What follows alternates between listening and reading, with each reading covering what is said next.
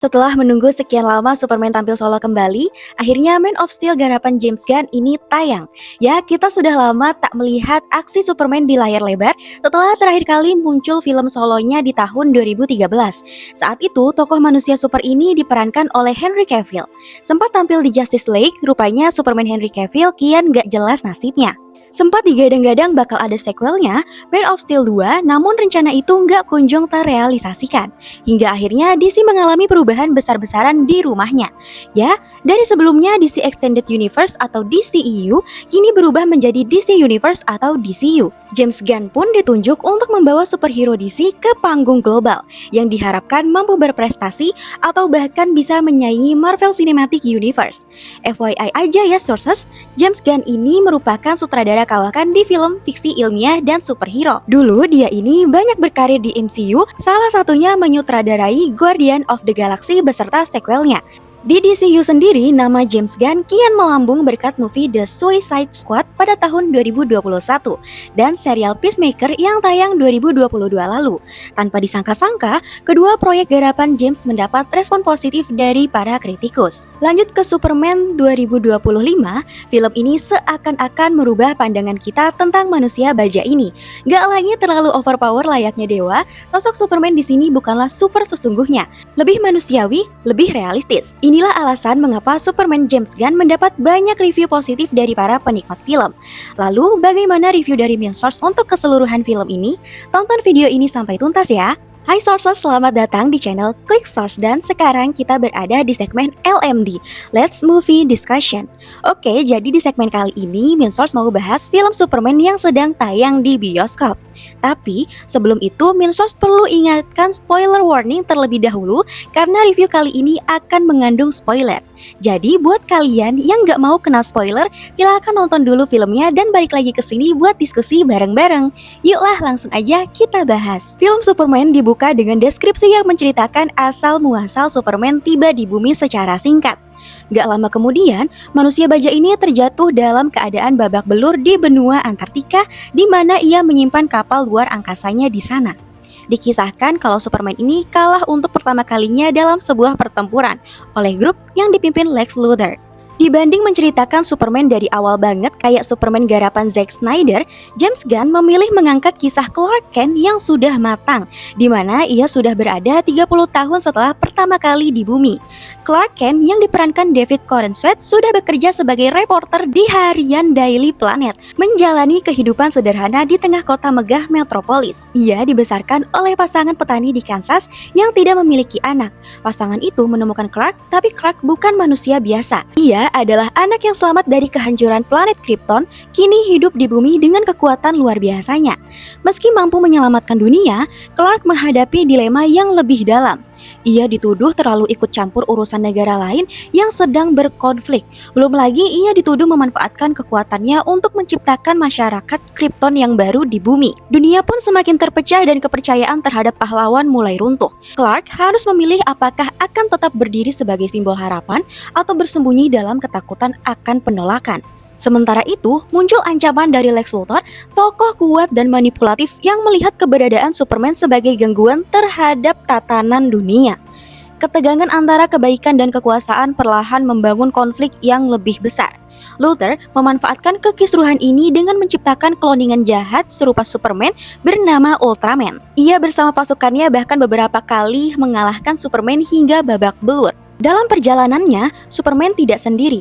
Ia berjumpa dengan sekumpulan pahlawan lain yakni Mr. Terrific, Hawkgirl, Green Lantern atau Guy Gardner, Metamorpho, dan bahkan seekor anjing super bernama Krypto. Mereka bukan sekedar figuran di dalam film, tapi juga berandil besar dalam membantu Superman menyelesaikan konflik di film ini. Selain itu, Rachel Brosnahan yang tampil sebagai Lois Lane juga berhasil memberi warna dan nuansa di film ini. Lois dikisahkan sebagai jurnalis yang juga memiliki hubungan personal dengan Clark secara profesional maupun pribadi. Film ditutup dengan sangat baik. Luthor bersama kelompoknya ditangkap pihak berwajib. Ultraman berhasil dikalahkan dan Superman kembali dipercaya oleh umat manusia sebagai sosok pahlawan dan harapan. Bukan lagi ancaman yang akan merusak tatanan dunia. Sekarang kita masuk ke review filmnya. Walau mengambil latar waktu 3 dekade pasca kedatangan Clark Kent ke bumi, tapi alur yang dibangun pada film Superman ini sangatlah jelas. Plot dan premisnya sangat menarik, serta penyampaian ceritanya pun juga mudah dimengerti oleh penonton awam. Semisal sources belum pernah menonton film Superman sama sekali, dijamin kalian tidak akan kebingungan saat menonton film Superman ini. Tak terlalu lambat dan juga tak terlalu cepat. Semua alur dan pengembangan cerita sangat baik. Tidak ada pemborosan adegan yang cuma bikin ngantuk. Minsource rasa kalian akan sangat menikmati film ini dan gak bakal ngantuk meski ketegangan konflik di film sedang mereda. Ini kenapa Minsource bilang kalau Gunn benar-benar brilian dalam membangun karakter Superman di filmnya. David Corenswet sendiri memberi humanisme dalam diri karakternya, baik sebagai Clark Kent atau Superman. Dia masih belia, belum stabil secara emosi, bukan pula dewa di antara manusia layaknya Christopher Reeve ataupun Henry Cavill.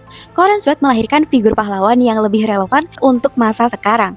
Dalam hal ini, dia adalah Superman yang realistis dan humanis tentunya. Walau sempat mendapat kritik karena banyaknya karakter yang tampil, nyatanya Gunn berhasil mengemas film ini dengan pas.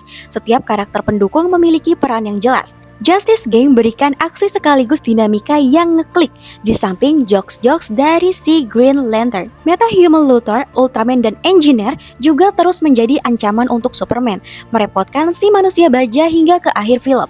Jangan lupakan Krypto, anjing super milik Supergirl yang selalu mencuri adegan. Tingkahnya yang konyol dan lucu secara konsisten bikin suasana jadi ringan, bahkan saat ketegangan sedang memuncak.